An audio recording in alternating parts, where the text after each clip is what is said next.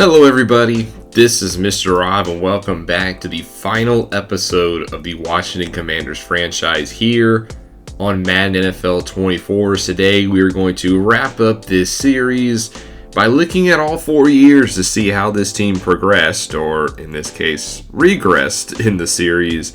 And I think it'll be interesting today because we'll actually kind of go back in hindsight and see where we went wrong for this team, because obviously there's a reason we ended up 3-14 in the final year. Yes, part of it's probably because of my gameplay, but just looking at some of the roster construction, where did we mess up and stuff like that. I know I apologize again that this is not the best note to end on, but just sometimes that's how it goes in sports. Sometimes you don't always end on a Super Bowl or a championship, and that's just the case with this franchise, but it's not going to deter us in the future, because there's going to be more football here on the horizon on this channel. If you just tuned in yesterday, you found out who my team will be in EA Sports College Football 25. I'm excited for that. I can't wait to use my alma mater, the South Carolina Gamecocks, in that game. And then obviously we're going to have Madden NFL 25 2.0 on the horizon as well. So still a lot of exciting football here on the channel, but we're going to wrap up this series today. This could be a long one. I'm recording this live, so buckle up and let's get to it. But thank you guys so much for the support. If you've enjoyed and you're ready for more, make sure you drop that like and you subscribe down below, especially if you want more franchise content. So let's not waste any time. This is year 4, but we know we finished 3-14, but let's go back to the very beginning with year number 1, shall we? Alright, I've gone back and I've reopened my year 1 save file that I had at the Pro Bowl season. So this is back in year number 1, 2023 here in the franchise. It seems so long ago, man, it really does. But we finished 6-11 the first season. That's kind of on par where I expected this team to be. You know, we weren't the best team, but we weren't the worst. And if you go back, the story of year 1, shockingly enough, was who did we play at quarterback? Jacoby Brissett or Sam Howell? Yes, those two names seem like so long ago. I rolled with Jacoby Brissett for most of the season. You guys told me in the comments section below you'd rather see Sam Howell. So Howell did start the final 3 games, I think, of the season, and he actually did pretty good, I'd have to say. He had an upset win against the Dallas Cowboys. Let's actually go to the stats so we can actually see it, like compare the two, and see, look at the numbers. But it was Jacoby Brissett versus Sam Howell here, and yeah, if you look, Howell was better. His rating was better in the games he started. 6 touchdowns and 4 interceptions. Brissett threw 15-18, and you know, we wanted to give Sam Howell a look to see if he'd be our future quarterback. Now, I don't think we were necessarily sold, but he did have a little bit of a bright spot for us, and that was a little bit on our mind going into the offseason. Now, another thing I forgot to mention is after year 1, we did fire Ron Rivera and hired Eric Bieniemy to be our head coach. And I do think at the time that was the right call. Obviously, Rivera was on his way out. And Eric Bieniemy was the offensive mastermind at Kansas City who came in. You know, he had a little bit of promise here with Howell. And he was the one guy we decided to keep on the staff. We decided to give him a head coaching chance. And yeah, we'll recap how that went later. Our running back, it was Antonio Gibson who led the show with 1,500 yards, and we had Brian Robinson Jr. still on the team right behind him. Still the Terry McLaurin show, 1,400 yards for him. Gibson was up there as well. We had Curtis Samuel in the receiving corps. Logan Thomas was the tight end in year 1. He played pretty good. You know, the names down the list. Offensive line was still not that good back then. That kind of was a reoccurring theme here in the series. And then Yemi Davis with 185 tackles led the way. Cody Barton was there. How about him? Throwback name. He had a high tackle count. Sack leader was Deron Payne with 8, so we didn't get a lot of tackles or sacks in year 1. Casey Toohill, 5.5. I mean, yeah, where's Jonathan Allen? He's out here with 2 and 21 TFLs. He really blew up after the season. And interceptions leader was Barton Fuller, Curl St. Just, and Emmanuel Forbes with 2. So year 1 was a very different team with this Washington Commanders, and in year 1 it was the Buffalo Bills who beat the San Francisco 49ers in the Super Bowl. But let's go into year 2, because this is where things start to get a little bit spicy. Alright, once you get into year 2, I think this is where the dominoes start to fall for what happened with this team. Now, we did go 7-10, so we did improve in this year. However, we did a lot of movement in free agency this year. If we take a look at some of the guys that we added, we were very active back then. Obviously, the big story going into year 2 is Kirk Cousins was back in Washington after a 6-year tenure in Minnesota. Captain Kirk was back where he started his career underneath Eric Bieniemy for maybe a swang song. He was 36 at this point. He was still a starting quarterback level in the league. He had good accuracies. Arm not as strong as it used to be, but he was the big signing.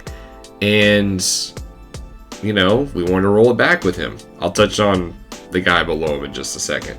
We also added Devin Singletary. Remember, we traded for him at the deadline. We got him from Baltimore, and we know how that turned out for us.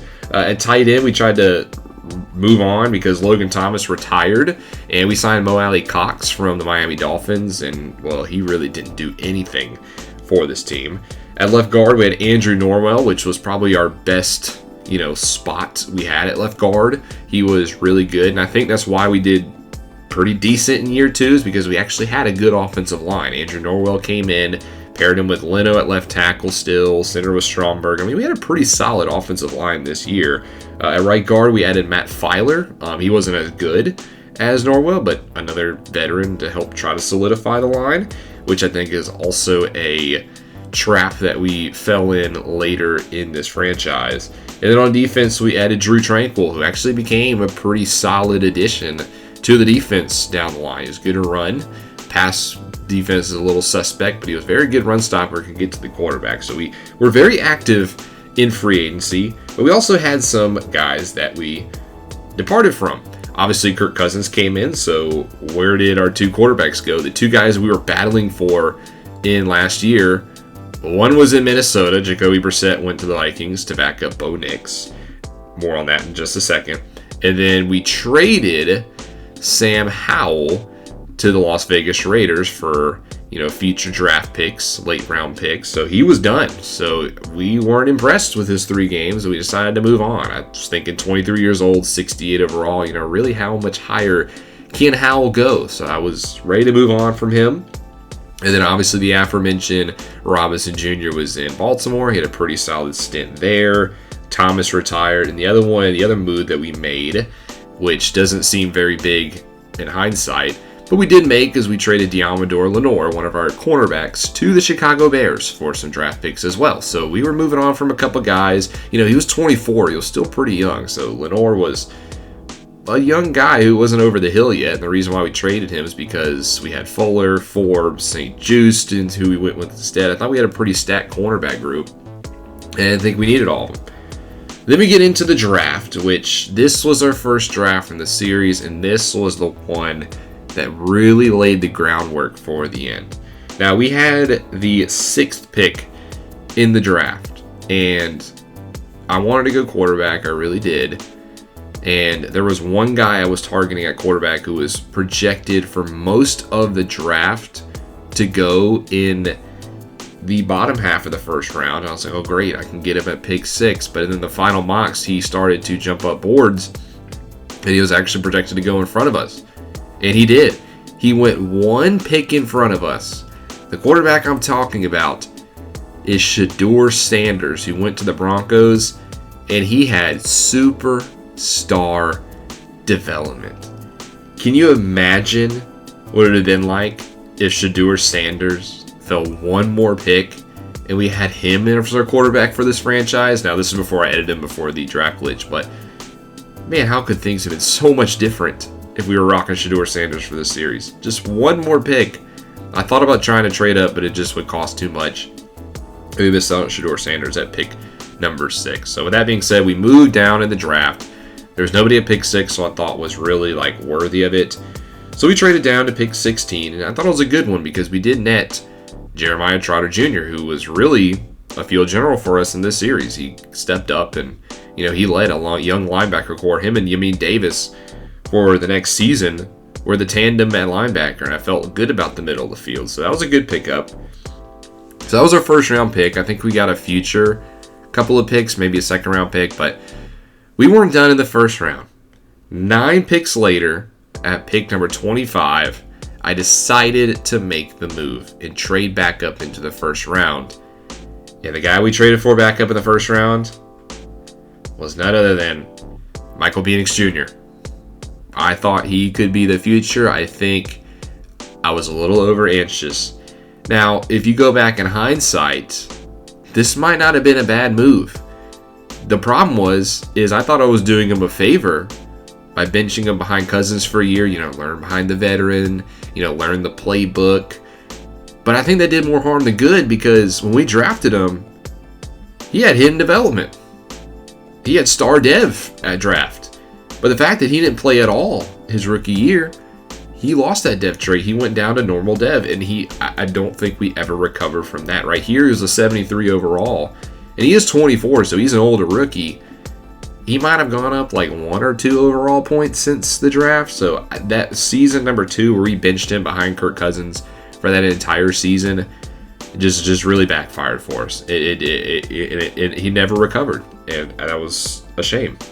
Other guys that we drafted in this draft, in the 3rd round at pick 6, we drafted Johnny Wilson, the 6'7" Florida State wideout who had big plans for. He looked pretty solid as a rookie. Very good in the contested catch. He had star dev as well, and I was high on him. And then we also, in the 6th round, took Eric Ali. He never really moved the needle, but, he started at tight end for us a little bit. So just a very, very butterfly effect, in my opinion. Now, if you're thinking we drafted Penix Jr. at pick 25, we traded back up for that pick, who else was available at pick 25? Who else could we have gone with besides Penix Jr.? Well, if we wouldn't have traded back, if we wanted to stick at pick 6 and go quarterback, the next guy available was Drake May, who got drafted, I think, at pick 9 by the Los Angeles Rams. And, Dre has had a pretty good year in the Los Angeles Rams.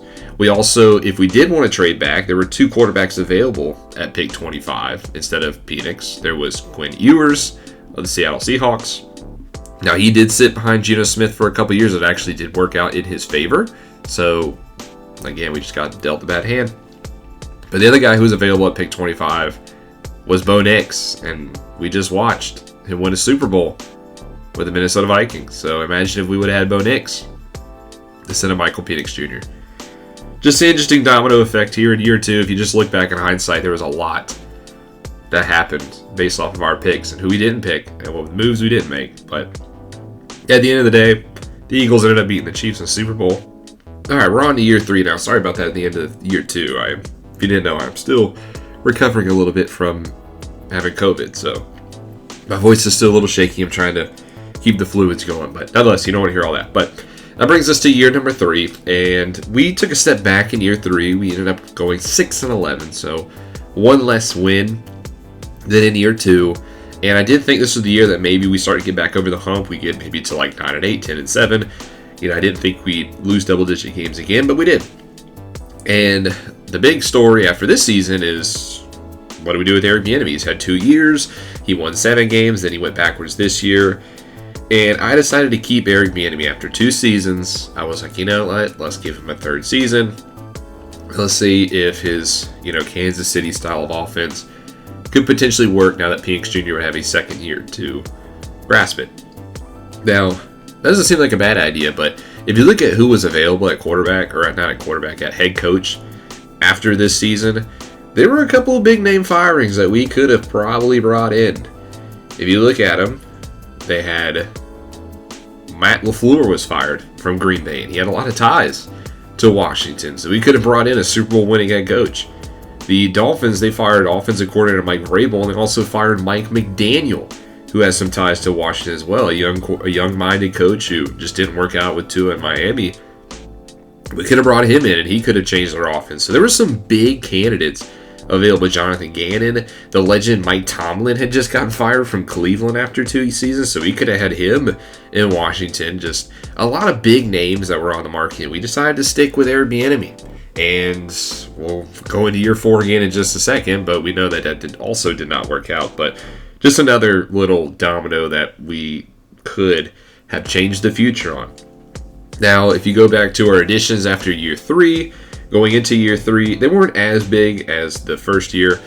We let go of Kirk Cousins after a season like I planned, and we actually brought back Jacoby Brissett from his 1 year in Minnesota, and we actually played him a little bit, and he wasn't all that great for us. he had to play because Penix Jr. actually got hurt this year. And Penix didn't have the worst first year, in my opinion. You can see he's still a 74 overall. He just got hurt a couple of times. And, that kind of became a little bit of a factor. We knew his injury history, and it started to show here. And again, maybe that injury he just didn't fully recover from because he missed the last stretch of the season. He didn't come back until next year, and it just was not the same Penix Jr. Our big signing in free agency, however, though, is we wanted to upgrade the offensive line, and we brought in Tyron Smith, a superstar left tackle, multi-time All-Pro, All-NFL team from our division rival, the Dallas Cowboys. And I was very excited for this get because we gave Penix Jr. somebody to watch on that left side of his line. Just the problem was, and I was not fully aware of this, he had a big problem staying healthy. And if you look at his injury rating, it's a 71. He was getting hurt all the time this year and the next year. And when he was on the field, he was great. We just couldn't keep him on the field. And we didn't have a good contingency plan. We had an undrafted rookie, Alfonso Kemp, out of Vanderbilt, who was not good at all. And our big signing was just not available a lot of the time, which is unfortunate. We also made a move on defense. We acquired L'Jarius Sneed on a one-year deal, who was cut from the Kansas City Chiefs because they were changing up their defense a little bit. And I did like Sneed. I thought he did good for us. So I thought that was a good acquisition. Not everything I did was bad in the series. I feel like I did make some good moves. Some other acquisitions we made, I think this was a sleeper one, was Allen Robinson. We signed him out of preseason to be a slot wide receiver for us because he was just coming off a big season, and he actually did pretty good. He was coming off of a 13 touchdown year with Indianapolis. He had 615 and 4 for us, which I thought was probably, if you look at the series, our best slot receiver. Fortunately, though, he did retire after this season, so we only had Allen Robinson for 1 year, but it was a good 1 year. Now, if you look at some of our departures, obviously Kirk Cousins left. If you're curious to see where he went to the Los Angeles Rams to be Drake May's backup as his time as a starter was over in this league. I honestly thought he'd retire, but he stuck it out and went to LA, and then he retired. We also lost a wide receiver, which is, something that we just didn't do a good job of replacing. We lost Curtis Samuel to Tampa Bay, and I think that started the domino effect. I thought we were a little bit deeper at wide receiver than I thought, and we weren't, because I was like, we still have Jahan Dotson. Johnny Wilson going into his second year. He'll take the next step.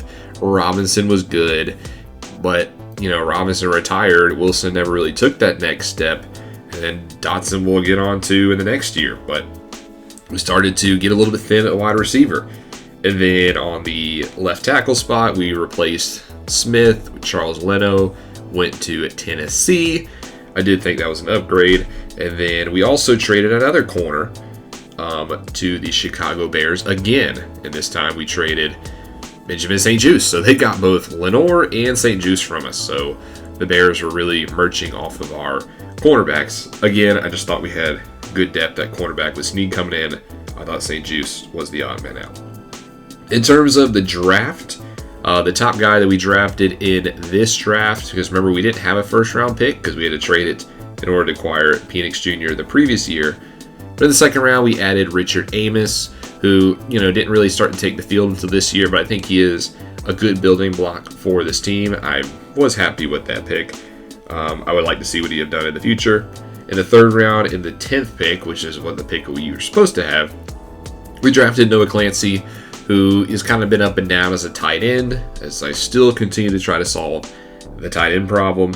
And then in the 7th round, the 21st pick, so 11 picks from the end, we drafted Ricky Dockery, which, nothing against Ricky Dockery, but it just shows how depleted we got at wide receiver, where in the next year, one of the key guys I was starting was an almost undrafted wide receiver. I do like Dockery, but I just don't think he was fully ready for that position. He had okay hands, but his route running was never that good. And I think that was also a problem that Penix Jr. faced later on, is a lot of his receivers just could not get open downfield. They couldn't separate. And, that kind of falls on us a little bit as well. Now, we didn't have a first-round pick in this draft, so if you're thinking about who we could have drafted at quarterback if we would have not drafted Penix Jr. last year, there wasn't really that many good options in this draft. Drew Allar was the top pick in this draft, but he went number 1, so we wouldn't have got him anyway.